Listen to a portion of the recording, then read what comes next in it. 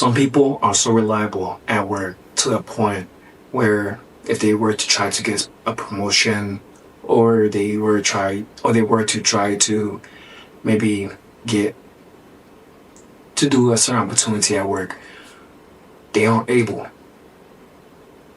And the reason why is because they're too reliable.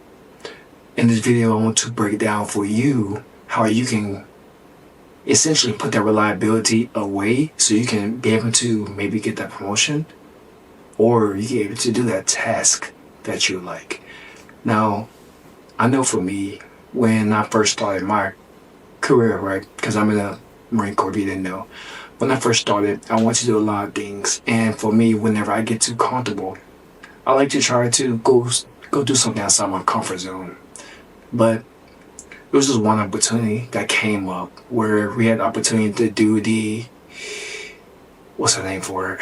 Something along the lines of like an Amazon jungle training thing. And I couldn't go. Why? Because I was too liable at work. And so ever since then, my thought is to yes, work hard, yes, become competent, but also be able to work hard, but also be able to ensure that I'm able to pass on what I learned to others to give me the opportunity to do what I want to do, right? And to maybe have myself grow or to just to experience.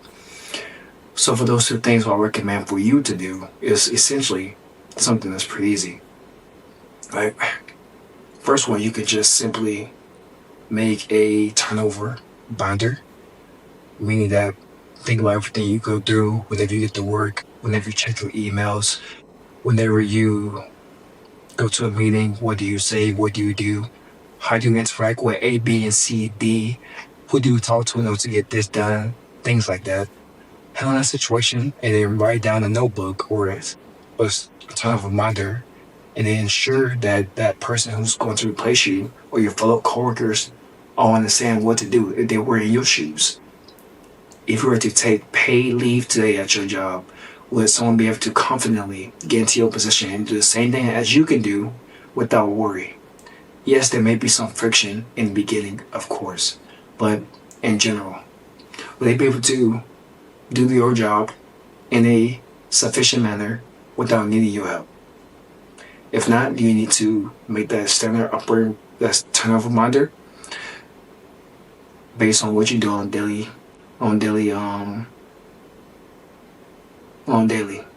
whether that's checking your emails, going to meetings, what do you do, what do you say, how do you do your write-ups, how do you do your PowerPoints, what do you brief, where do you get the information from, small stuff like that.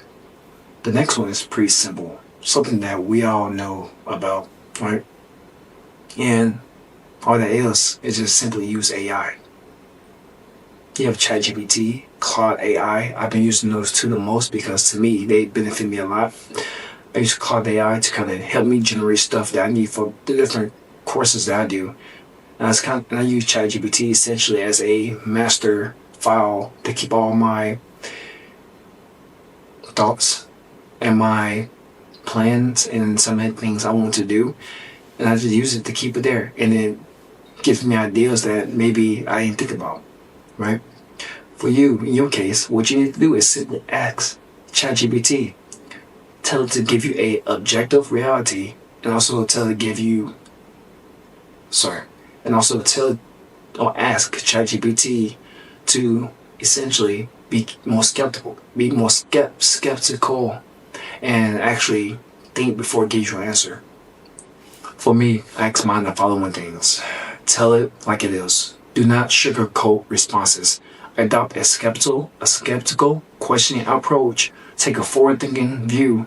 Use quick and clever humor when appropriate, because I'm kind of goofy like that.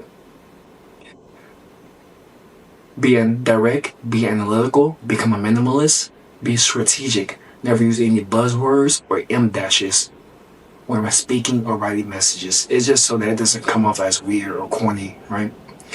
I want you to explain things to me in terms of things I can do with my hands, see with my eyes, or do with my body. Because if I'm able to look at that and I'm able to perform the behaviors of what makes action, then that make my life easier. That's my reality of how I perceive things. Because I myself think that in order for you to teach somebody else the thing that you want to do, which is maybe get promotion or to get an opportunity to do this experience, you need to give them an observable reality of how to do your job. Meaning, again, things that you can do with your hands, things that you can do with your body, and things that you can see with your eyes, or things you can say with your voice. If you combine those things together into a terminal binder or some type of thing that you can pass on to somebody else, then I personally believe that in the end, you will be good to go for it and do the opportunity of what you came to do or what you want to do.